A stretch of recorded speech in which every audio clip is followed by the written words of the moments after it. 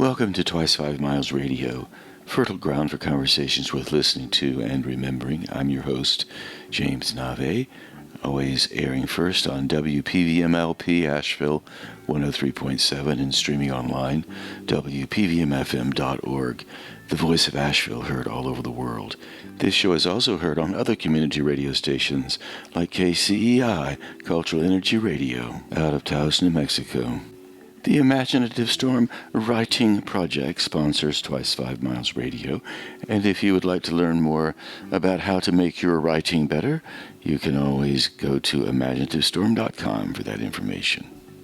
Today my guest is Kathleen A. Wilson.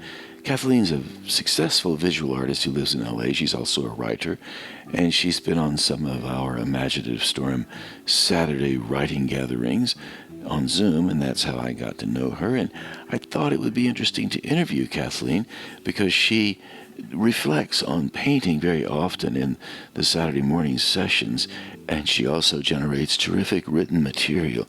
So Kathleen is able to combine her sensibilities around visual art and imagery with her writing. So that's why I invited her on the show today. And Kathleen begins our conversation by responding to a question that I asked her about growing up as a young artist. So we'll begin there. Here's Kathleen A. Wilson. I can tell you, growing up in Michigan has informed my color palette because of the changing seasons. It's informed my cultural, my whole world, from the faith community that I grew up in, experience that I've had out in nature. That informed me when I was very young. And then I had a teacher early on, 5th grade, 6th grade, who said, after seeing my beautiful penmanship, "I see an artist in you." And so that was a seed that was planted at a very young age, and I just gravitated to art and took off. I knew that I could be who she thought that I could be. And my parents were very creative. My father was an architect, a builder, a designer, a visionary, and my mother loved fashion design. So both of them had creative minds, and it just came through the genes, I believe. And I was able to start realizing it myself when I was affirmed, for example, by my uncle, who took my paintings to the University of Michigan pharmacy where he worked, and he showed my art, and he even sold a couple pieces, and that was during high school. So I received a fine arts scholarship to Pepperdine in Los Angeles and moved here and developed my skills, my talent. I had wonderful instructors and teachers. One in particular, Miss Ruth Langford, had curvature of the spine. She was only about 4.5 feet tall, but she did teach me how to see. She had no thumbs herself, but she could hold a pencil and teach me how to see the shapes, the patterns, the perspective, how to put it all together with just 4 fingers, using the first fingers to hold the pencils. So that's how I got started. Go back to that time when you were a young student and your teacher told you, you have this gift. Tell us about your teacher. Who was that teacher, and how did you feel when you heard that news? And did you know it before? And this affirmation she gave you was just a green light to keep moving in the direction that somehow you knew you wanted to move in. I don't think I knew it before. It did bubble up so easily. When I was in an environment of creating, it just flowed. That's how I knew that I could do this. My high school teacher took us to his studio so we could see what a professional artist life was like. He taught, but he also had a thriving art business. So exposure like that and also informed me as well. So again, going back for a moment, when your teacher first said that, what went through your body? What went through your mind? How did you feel? Did you smile, or did you look surprised, or were you doubtful, or did you think, yeah, this is exactly what I want to hear? It was exactly what I needed to hear because my life had been very unstable prior to that.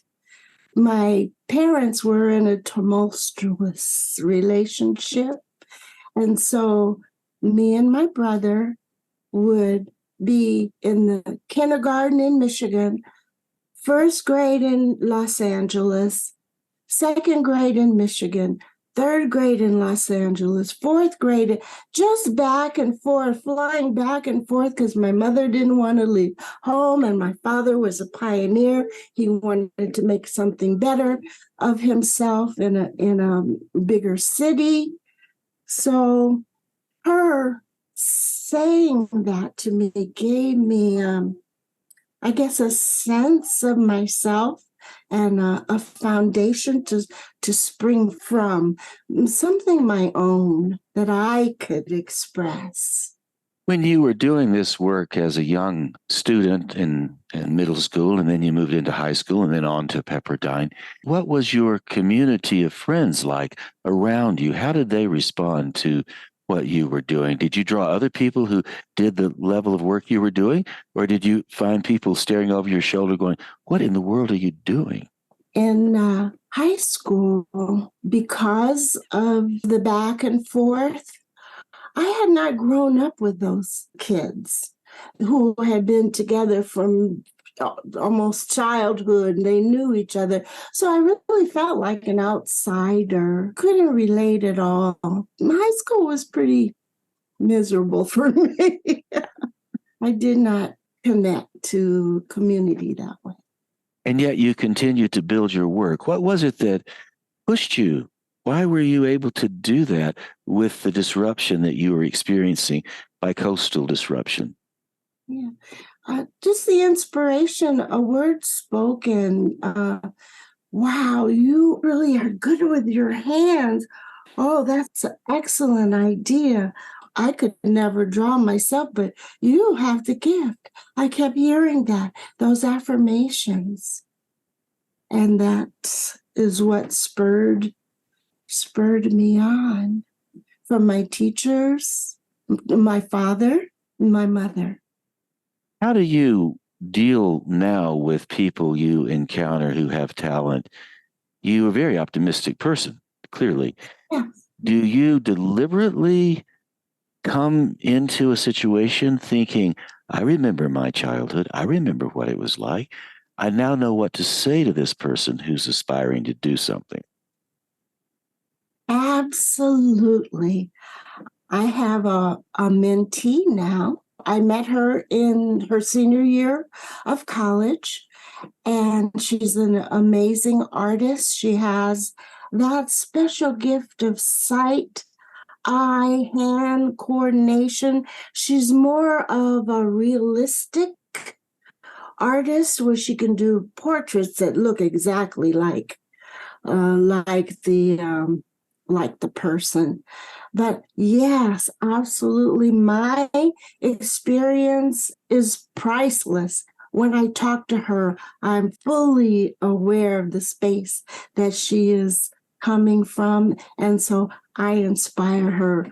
She's just amazing. She's so grateful, and she's so humble, and we we have a great time together.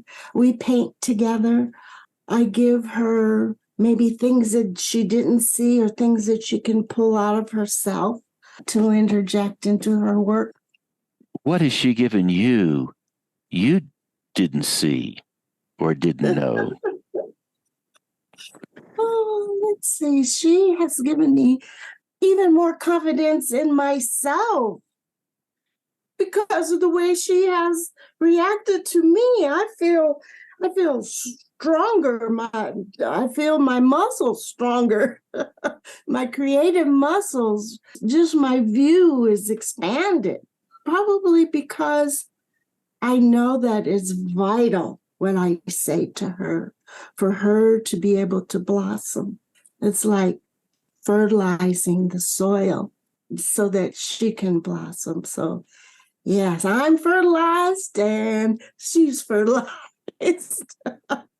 She's a younger woman in her Yes. 20s. I take it she would be the digital native of the two of you. Yes. How has she informed you around the modern way that the people in their 20s think versus the more analog way that you and I grew up around? Yeah, she's incredible. She has told me so many things I can do with Instagram, and how to post this and how to post that. And she is a professional basketball player. She played in the European leagues for many years. She recently stopped.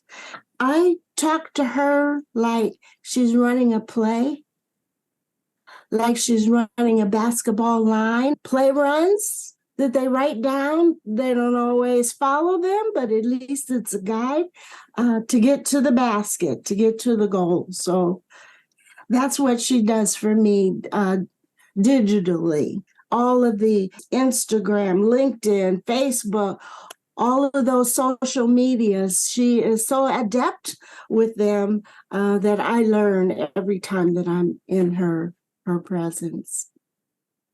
Where did she grow up, and how does her background compare to yours? Oh, let's see. She grew up here in Los Angeles. Her mother's African American. Her father was Nigerian. But just being here in the city of Los Angeles, we're exposed to so much. We have the film industry, music, all of the arts really thrive here in Los Angeles. So we're surrounded by creative people. As you said, you grew up in Michigan. Did you grow up in the country? Did you grow up in the city? Once we finally settled, I spent a lot of time with my aunt growing up in the country with my cousins. Oh, no, running up dirt roads and skipping rocks on a creek and running through cornfields and just sitting outside at night, looking at the heavens above and seeing shooting stars. All of that informed my creativity as well. I'm not surprised you said you grew up in the country, or you spent much of your time in the country, because the way you describe your work, it has that dazzle feeling one gets when one looks up at the sky at night. And most of the time, city folks, they don't get to look at the sky so much because so much light pollution. But for the country people living out in the country, you see that vast sky, and it's a wonder. Which brings me around to the work you generate and the work you do. It has dazzle. It's very sharp. It's very colorful. It's different. Lots of aspiration in your work, reflecting on some of the struggles people have in life. So your work is not free of the questions that people have about what am I going to do next, or how am I going to get from point A to point B. So talk about the work you do and describe it a bit for us, because this is radio after all. Oh, yes. What I have become known for as an artist and collected across the country is my silhouette expressions of portraits in Black. I use the silhouette, the Black silhouette of the body. I clothe it in luminescent textures, colors, and patterns reminiscent of African cultures. That's the way I can connect to my culture way, way, way, way back before even the Middle Passage. And it is a community, fathers, mothers, kings, queens, so our children can see us together, us united. Prayer pieces, pieces inspired by dreams, powerful dreams that I've had. And communication. I have a piece called Meeting of the Minds. And in the back are the ancestors in very soft oil paint. And in the foreground are my very powerful silhouettes with the beautiful clothing dress. And when there is a meeting of the minds, then we can accomplish anything. So those are the kinds of things that I think about: unity, love, compassion for the earth, how much we must care for the earth the same way we care for each other. Those are the kinds of things that I think about. Golly, I've published so many pieces over the years, 40, 50 pieces, and many of those editions have sold out totally. So I have families with my art hanging in their walls to inspire, perhaps inform, perhaps instill an idea that's going to get them over the hump and see a brighter day, that brighter side. The continent of Africa will allow us to fit at least 4 lower 48 states, the entire lower 48 of America, and then probably Hawaii and Alaska 4 times into it. It's that big with such a range of geography, of people, of habitats, of cultures. Does your research take you into the different cultures, and then do you mix that all together in a collective presentation for your artwork? That's exactly what I do. It is a collective of that one unifying thing about humanity, about spirit. The oneness is a symbol in my work. You'll look at it, you'll know that it's African, but you can't pinpoint whether it's the Wajabi or the Ashanti, or because I infuse my own way of having been informed and trained up myself, and putting it all together, one collective. That would make sense, because when those 400 years or however long it was, when folks arrived under duress to the shores of this country, they came together. They mixed a melange of people. So it would make sense that in this environment, all of those elements that go back all those centuries just express themselves in many, many different ways, including the art that you present. Why is this oneness so important to you? How come it has so much currency? I believe in the one God, one creator of all, who is in all, through all.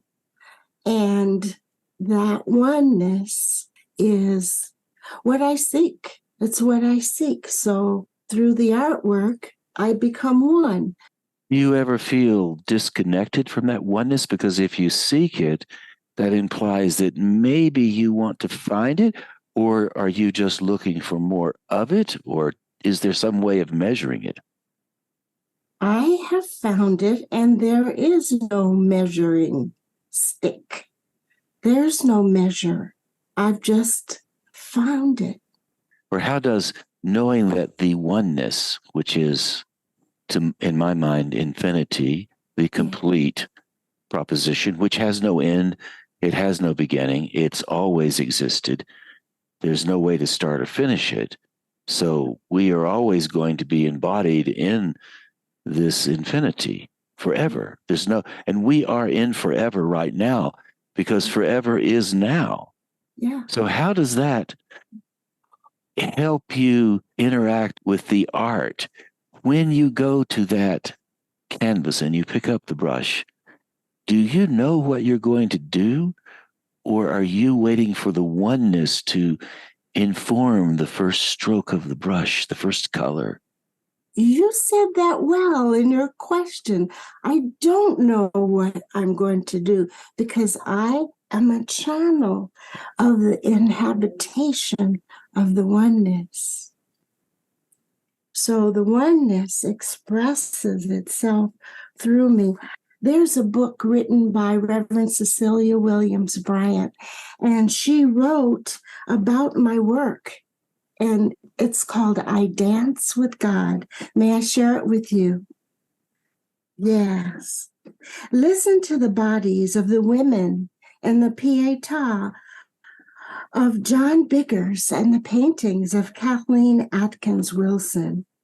The voices of our bodies language the vision of life with candor, passion, meaning, unrehearsed. Our bodies speak, call out, worship, invoke, inquire.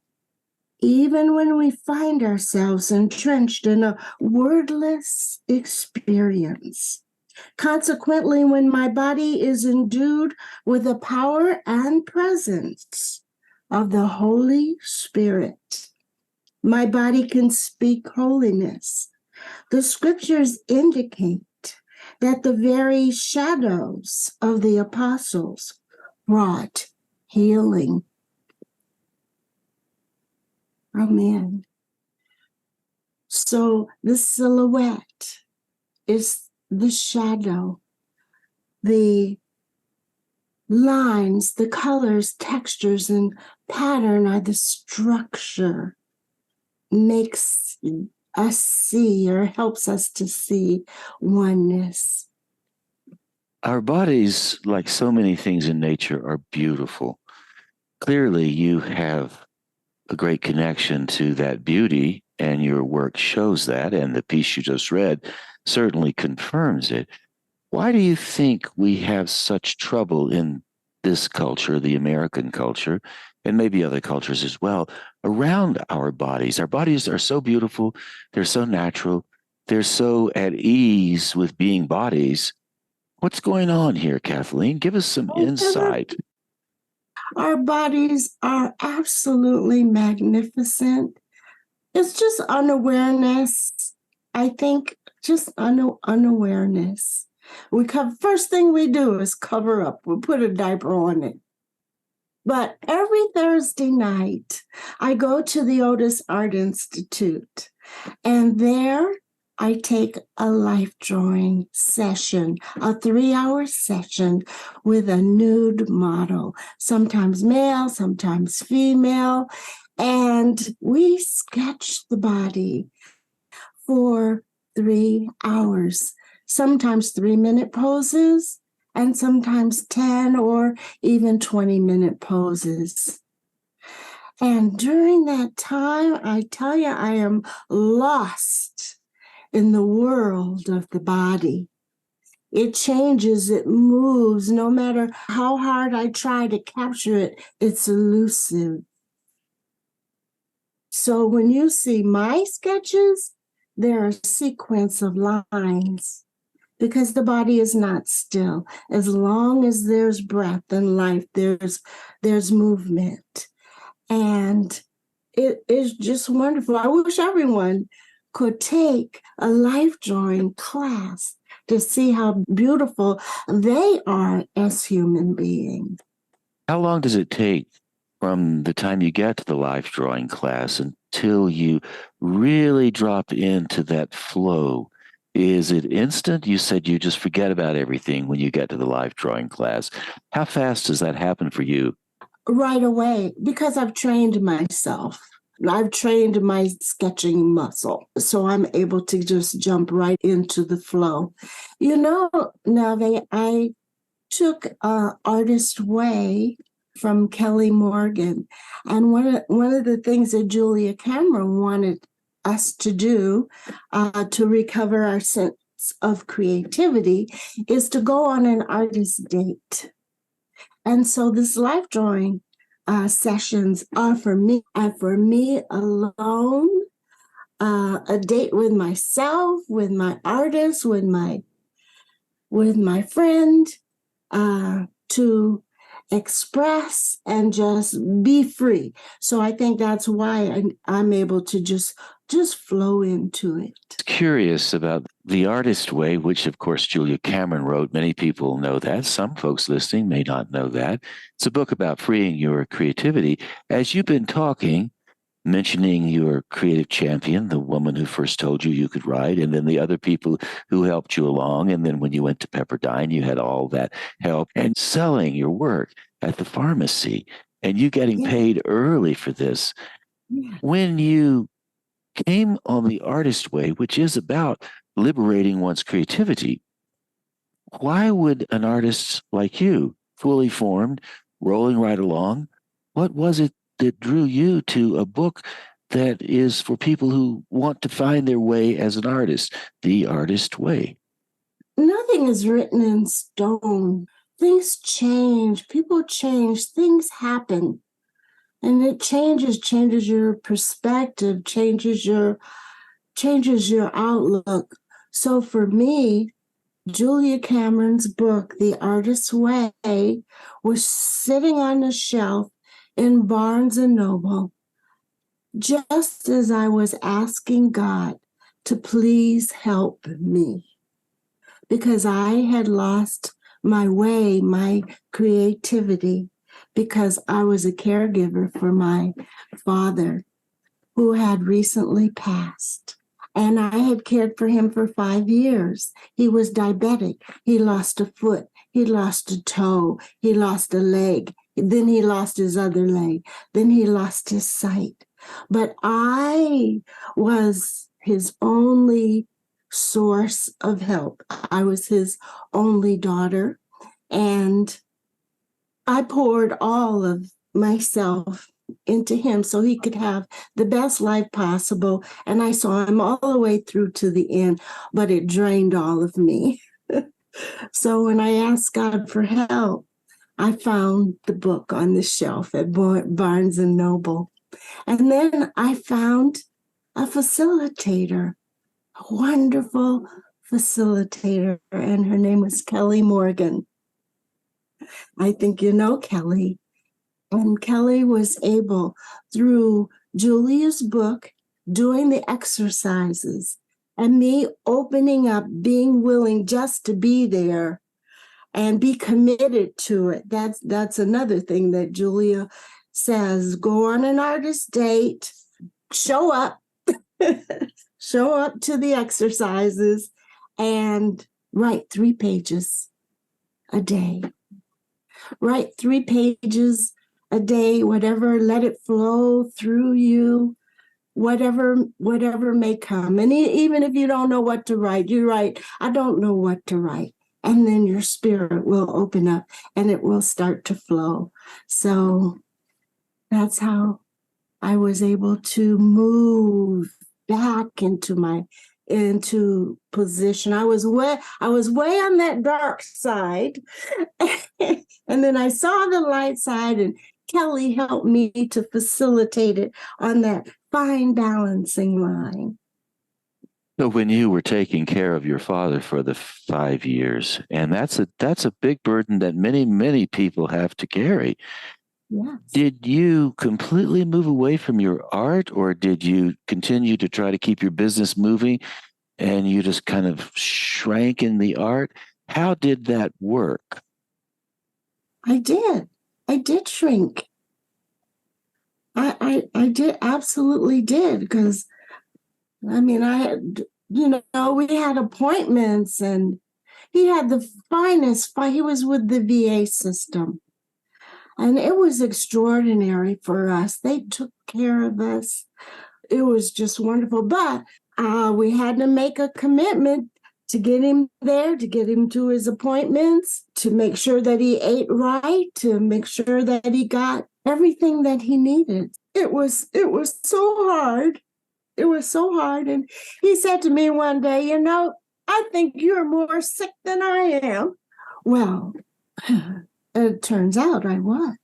My arteries were clogged, and I had to have heart surgery. to open him up. That's because I had been caring for him and not caring for myself at the same time. So when you said goodbye to your father and he moved on, and now you're back, Kathleen, in the bookstore asking for help, and there's the Artistsway on the shelf. Were you aware that you needed some health care yourself when you arrived at that point? Yes, I had recovered from the surgery, but I knew I wasn't recovered of my whole self. I knew that I needed help. And when I saw that book, I knew it was the help. I knew it. When you started doing the course with Kelly, and yes, I do know Kelly Morgan, and she's done lots and lots of work for many, many years with the Artistsway and other disciplines as well, writing and performance and whatnot. When did you start to gain your traction back after you worked with the Artistsway? Was it the first 2 or 3 weeks, or did it take the whole 12-week course? And how did you start to incorporate the 5-year experience into your work? It wasn't lost, was it? It must have had some influence on what you did after your father left this world. I did complete the 12-week course, and then I went on. As a matter of 2011 is the year that my father passed. And to this day, I am still taking Kelly Morgan's creative writing course. So I've really moved along in my life, just expanding my creativity. But it's interesting, along with the help came opportunity to show my work, opportunity to create, for example, a book.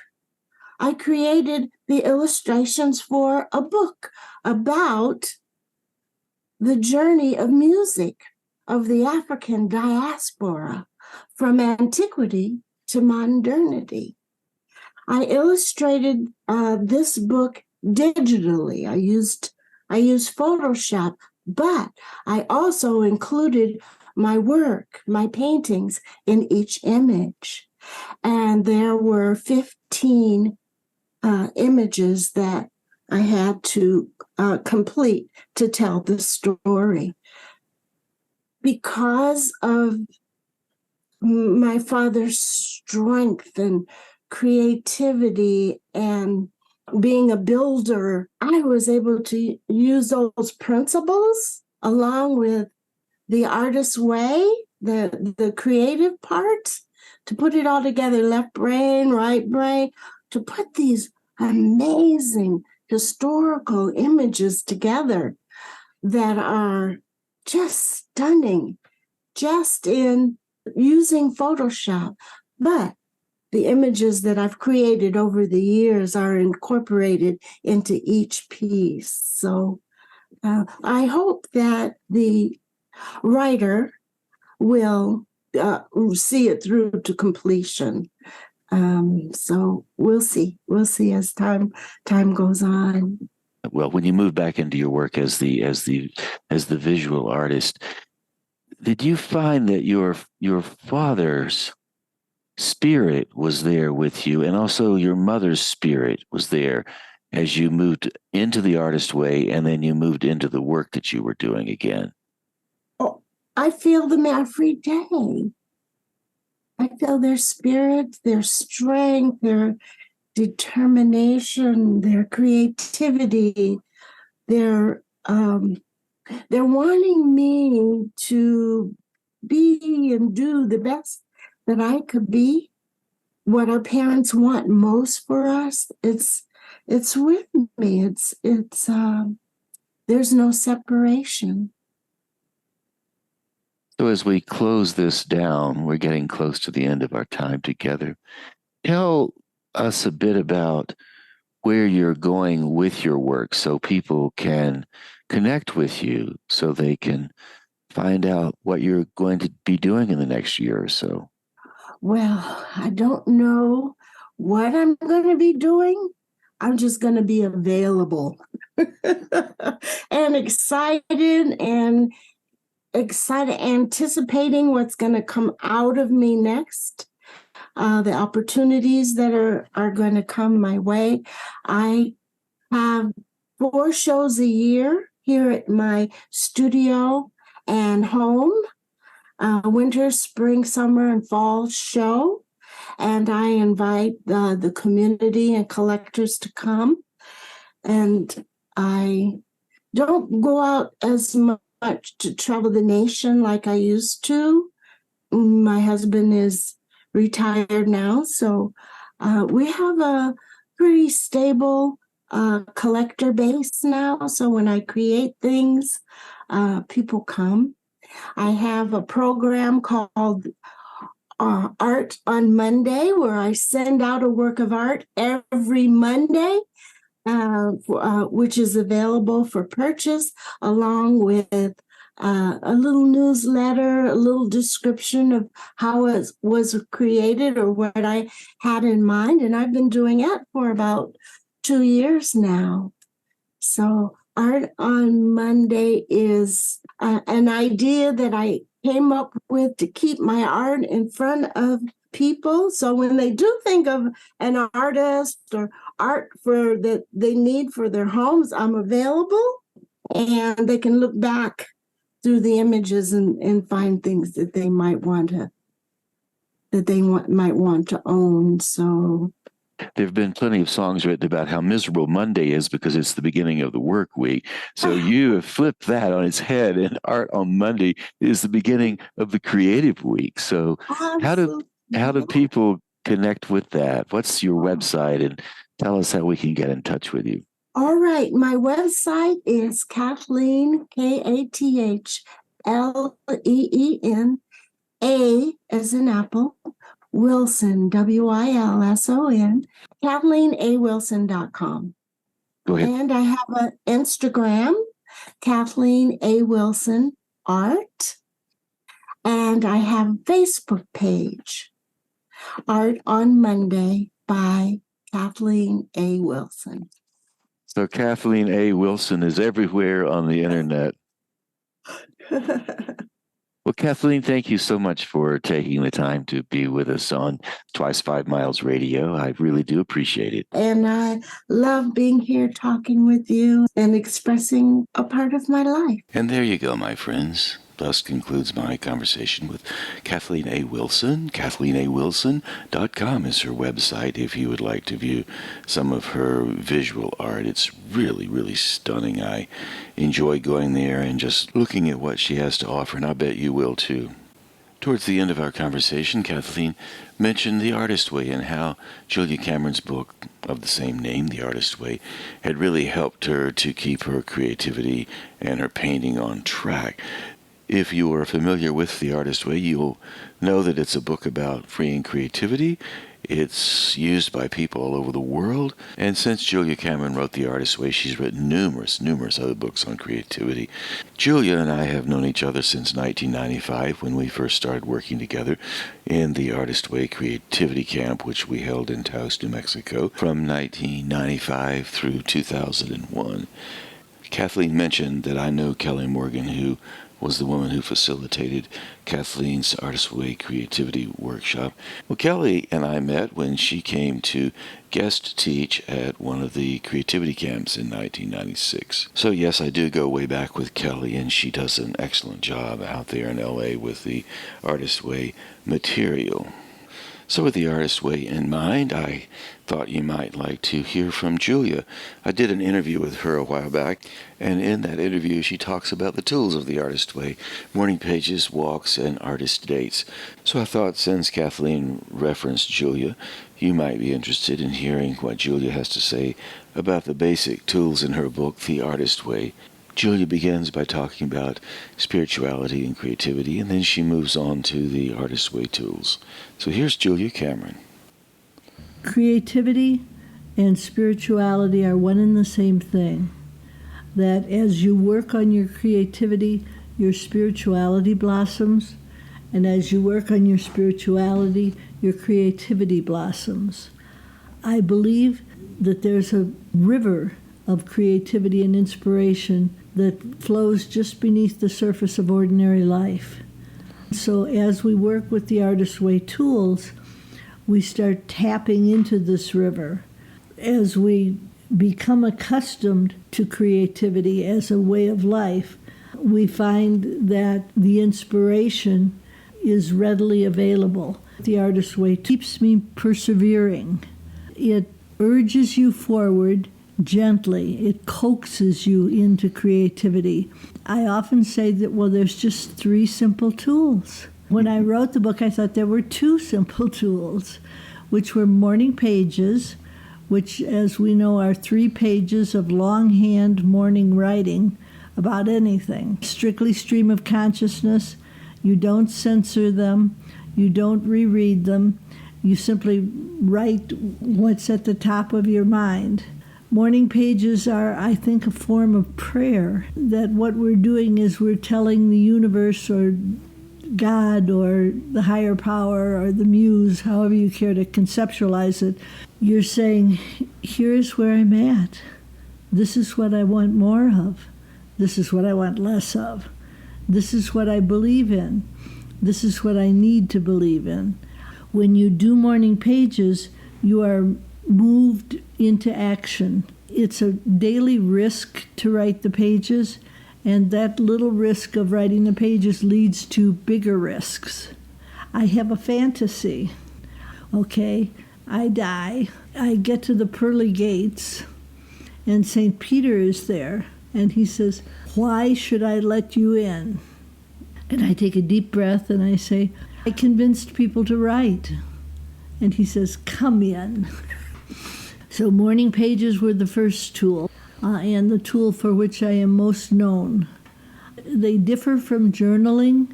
Journaling, you set a topic. I'm going to write everything I feel about my mother. I'm going to write everything I feel about Fred. You set a topic and you write to the topic for a number of pages. Now, with morning pages, you don't set a topic.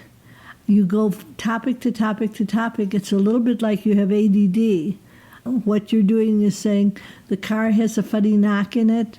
I didn't like the way George talked to me at the meeting yesterday.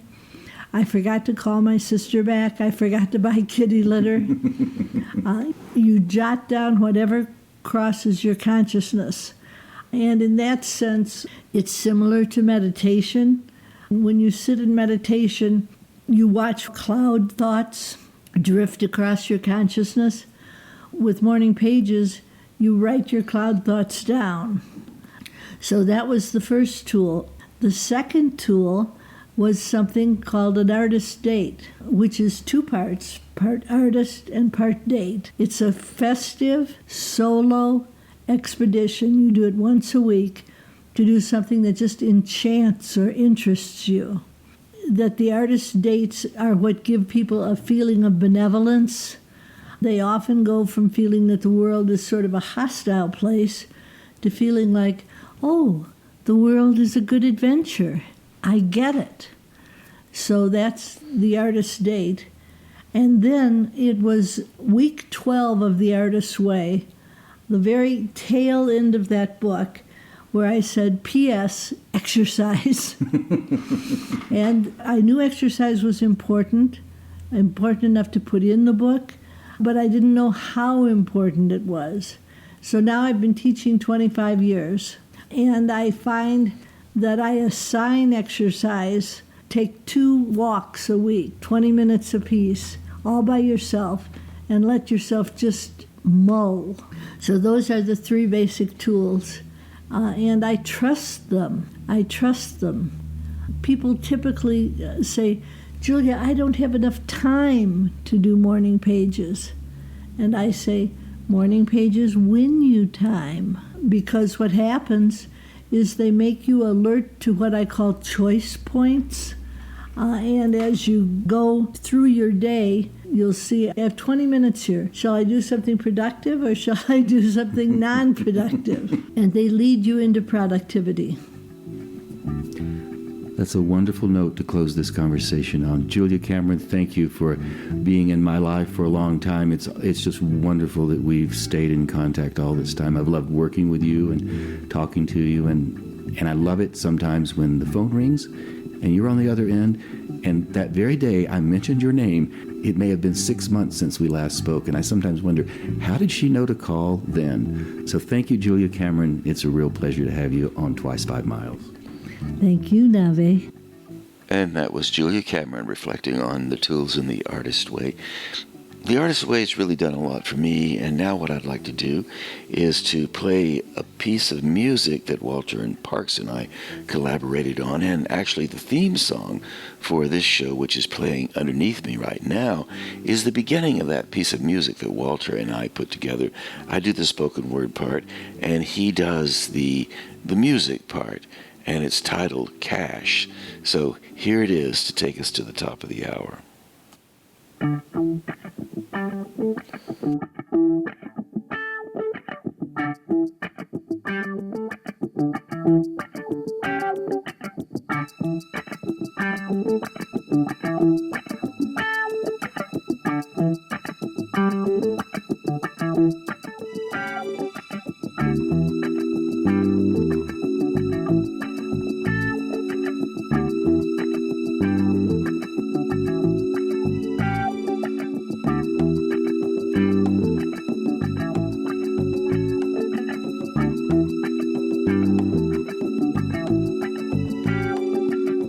The subway is slower than usual due to an accident, a broken switch, tracks under repair, the wait longer on the platforms and the bright catacombs jostling with men and women, shoulder to shoulder, muttering different languages, leaning over the rails, craning for the next train. Above ground, the low front has settled. Rain and wind bend umbrellas into claws. My wool coat, drenched from winter's first blast, smells of musk. And I am alone with the rest of these people, all going somewhere, all stuck like in the grave, but alive. Fluorescent lights make color on our faces. But I have cash and keys to a warm apartment, and I am glad to be one of the living, waiting for the engine's light to bounce ahead of wheels echoing in the tunnel. He's got cash. He's got cash. I have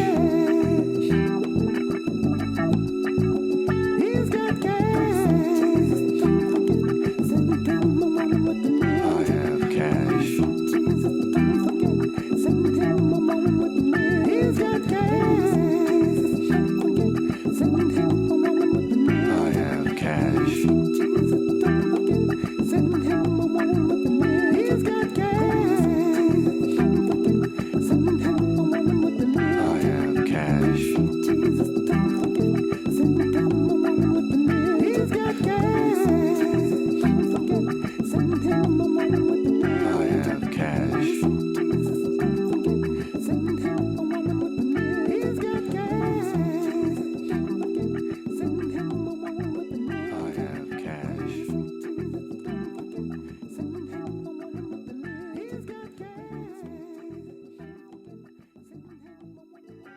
And there you go, my friends. Cash, recorded in Jersey City by Walter Parks and yours truly a few years ago.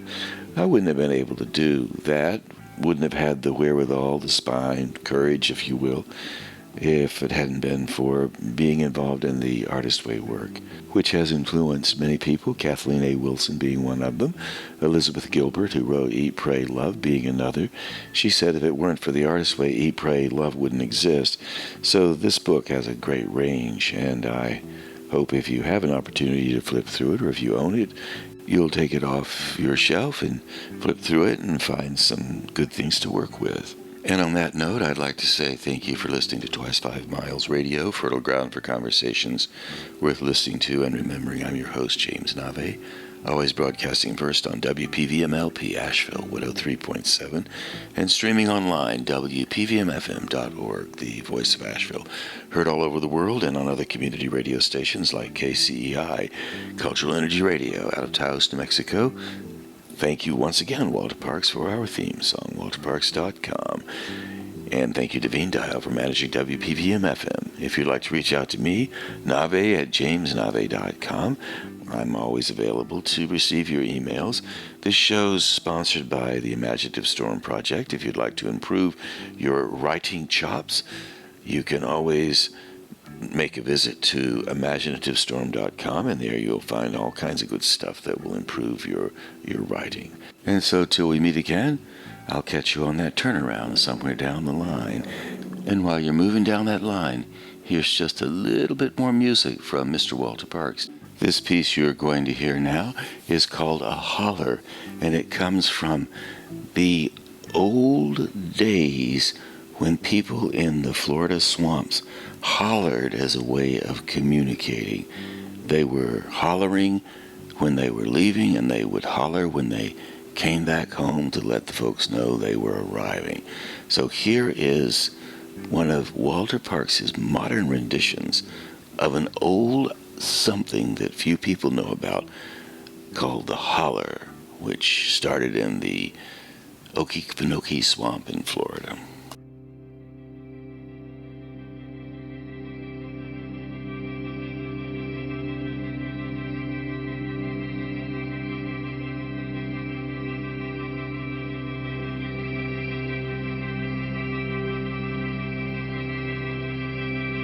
Mm-hmm.